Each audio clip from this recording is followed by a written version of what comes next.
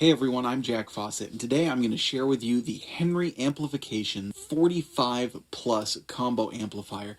This is Henry Amp's ode to classic Marshall with some really cool tweaks and things. This is a great little boutique amplifier. We're going to dive in with some tones here. Please remember to like, share, and subscribe. I hope you enjoy.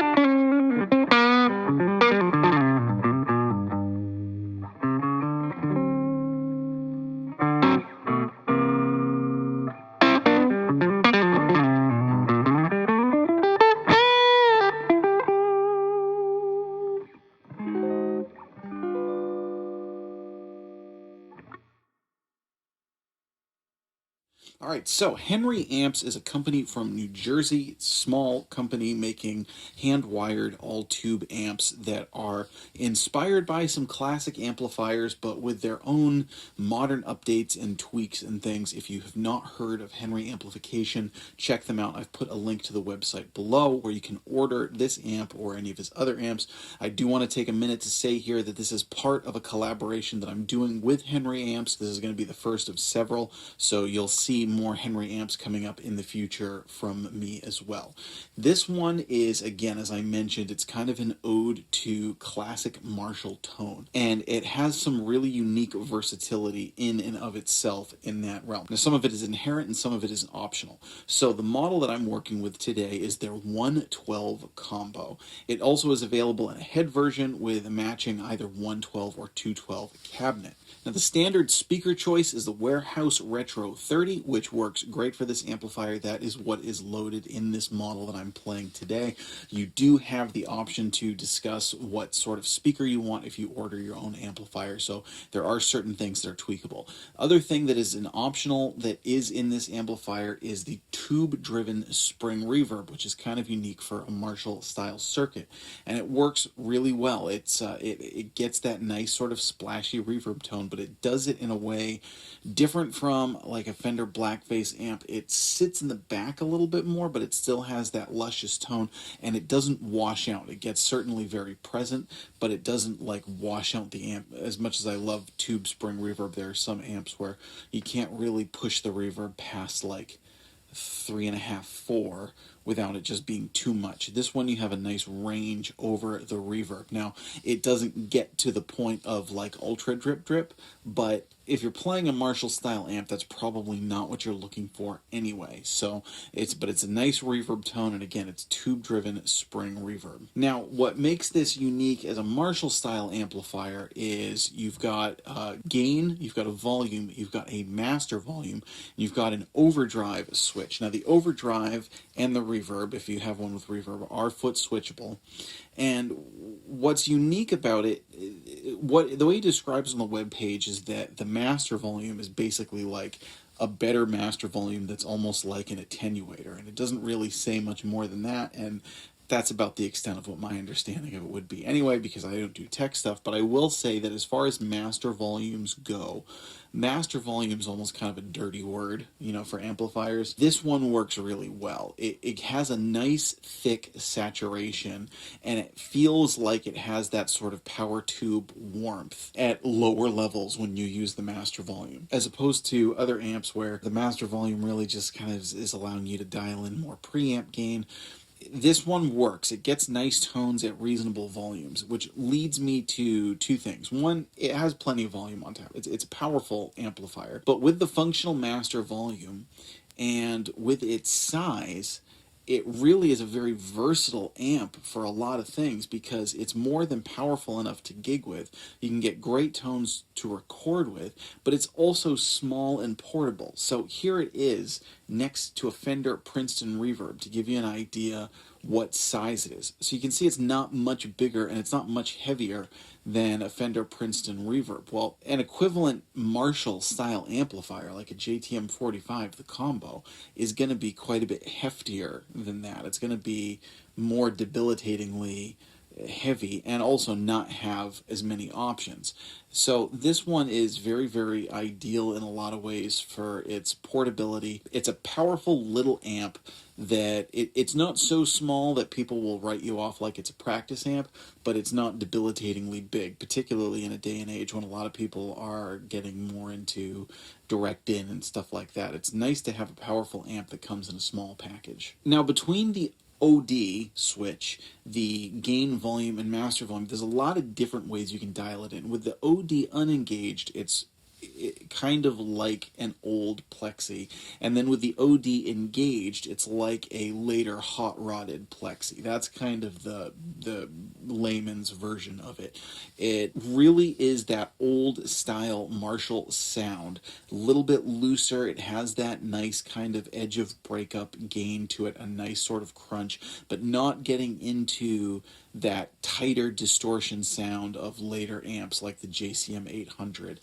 It's more that kind of loose overdriven where it has a nice punch to it but a little bit of hair around the edges, and it doesn't quite have that super tight bass that you would expect from a later Marshall amp. It has that much more classic tone. So you heard it a little bit with a couple of different tones, sort of edge of breakup tones at the beginning using the Stratocaster and an ES345. I obviously wanted to play it with a Les Paul, because an amp like this, you just want to play with Les Paul. So one of the things that I wanted to experiment with, and something that I like to experiment with all amplifiers, as you all know, is what kind of tones can you dial in using the EQ? And how dramatically can you change it with the EQ? So with this amp, one of the things that I like that's cool about it is you have a nice range of the EQ, but in a way where the amp really retains that sort of Marshall-y character. It's not an amp where you can go, oh, and you can make it sound like this, and you can make it sound like this, and things. It all stays within that sort of classic Marshall realm, no matter how you dial it in. But functionally, you can dial it in different ways. So, for instance, I want to show you now. I'm going to play a Les Paul, and I'm going to play two things back to back. With the only thing I'm going to change is the mids knob. I'm going to start off with the mids pulled back quite a bit. And again, it has that really kind of classic sort of loose. It makes you think of like late 60s rock and into early 70s. And then when you really drive the mids, I'm not going to change anything else except I'm going to turn the mids all the way up. Then you'll hear it gets much punchier and emphasizes the gain in a different way that makes it sound a little bit more like hard rock 1970s, and also would be an ideal sort of tone in a band setting, because even if you're playing with amps that are much bigger, it's a tone that will just absolutely sail through the mix but without any harsh overtones. It just has that really sweet punchy mid-range. Now both the tones are pretty similar, but it just kind of affects that tone in just the right way where you can kind of tweak it a little bit into a slightly different sound and also make it usable functionally in a band setting. That first tone with the mids pulled back a little bit is something that I would really like, kind of in a trio or a quartet. Then the next one in a little bit of a heavier sounding kind of band rocking. So let's check out these two tones with Les Paul. And again, the only thing that I'm changing between the two tones is the mids.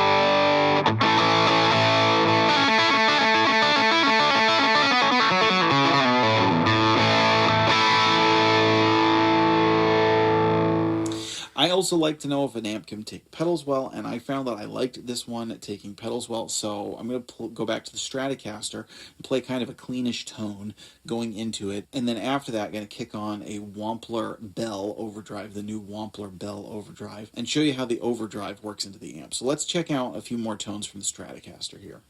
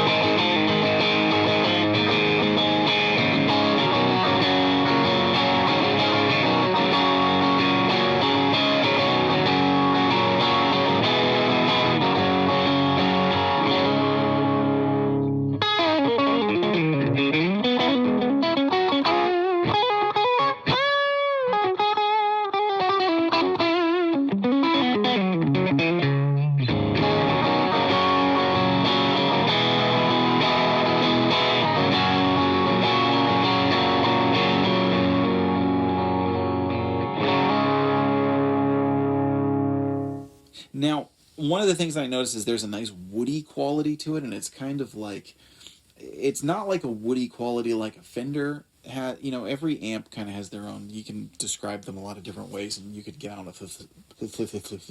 you could get out a thesaurus, and you could have just a blast coming up with terms to describe, amplifier tones and things. But woody is one that could mean a lot of different things. So like a Fender woody tone is like a lumberjack coming home with fresh cut wood that he's going to heat his log cabin with. A Marshall style woody tone is like a dry wood that is just about ready to be lit in a rock and roll bonfire. Was that a song? because I feel like if it wasn't, that's a missed opportunity for the greatest 80s rock epic song ever.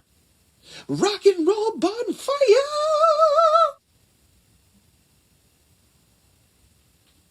It has a nice woody tone to it. So, what that kind of evoked for me was, okay, well, let's try it with a jazzier sort of tone. Will it work for a jazzy tone? And I know that a lot of players probably won't get an amp like this to play jazz, but that is something that kind of goes to show that it can still be a versatile amplifier. So I want to play a very soft, jazzy, woody tone using the 345 with just the EQ backed off a bit and the reverb turned down, just so that you can hear a very, very sultry, softer, clean tone. Some Marshall circuits are just way too bright and aggressive to ever get a tone like this. This one pulls it off nicely, so check this out with the 345.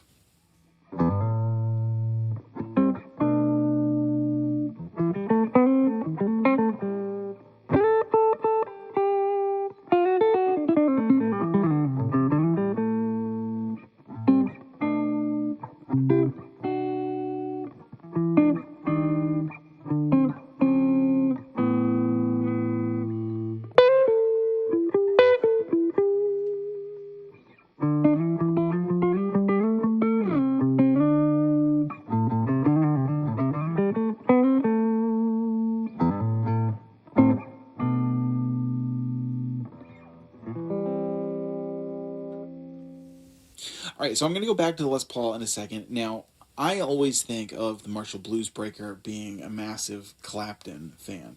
I love Clapton. I will geek out for hours about the history of Clapton and his recordings and his gear and stuff. And he's one of just a handful of guitar players that has absolutely influenced me to the nth degree as a guitar player. And so, of course, with a small Marshall style combo based off of a JTM 45, I think of the Bluesbreaker sound, which involved a Les Paul with the tone rolled off and the amp rip roaring. So I'm going to do something in the middle here and turn the tone back on the Les Paul for like a sultry, bluesy tone, kind of evoking that Bluesbreaker and Cream era to get a very cool vintage-inspired blues tone.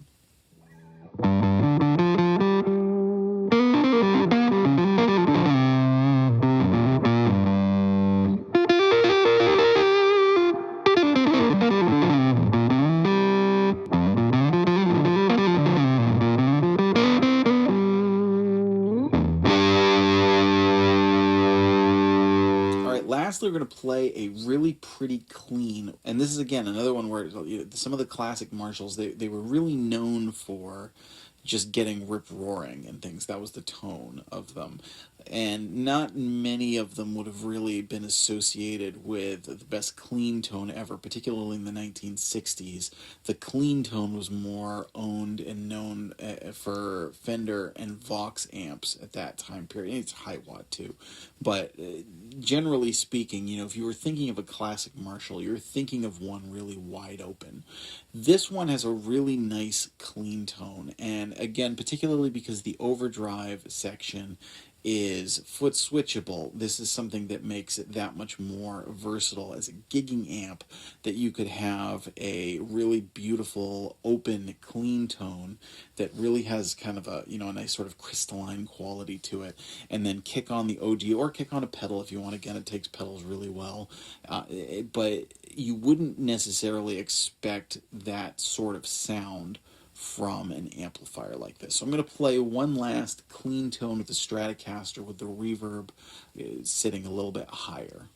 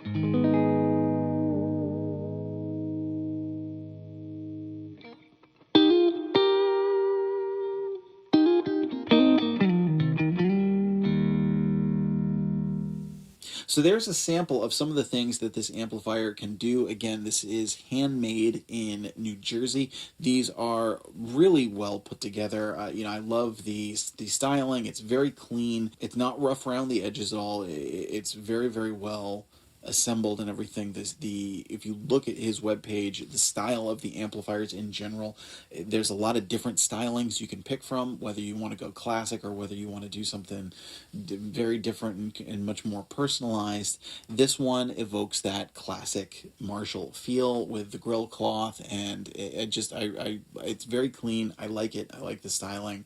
It's well put together, and what's most important is it's got the tone. So I'm a fan of this amplifier, and while this is a collaboration with Henry Amplifiers, for what it's worth, I sought them out because I was interested in the amps, because from what I had heard, I thought they sounded awesome and I liked the styling. So that all comes from me. So let us know in the comments, have you ever tried a Henry amp, or have you seen them online? Are you hoping to try one out? Again, this is going to be the first video of several that I'm going to be doing with them. Let us know what you think of this amplifier in the comments, or what you think of any of their other amplifiers. Also, follow the link in the description if you're interested in checking out one of the Henry amplifiers. I'm Jack Fossett. Please remember to like, share, and subscribe, and we'll see you next time.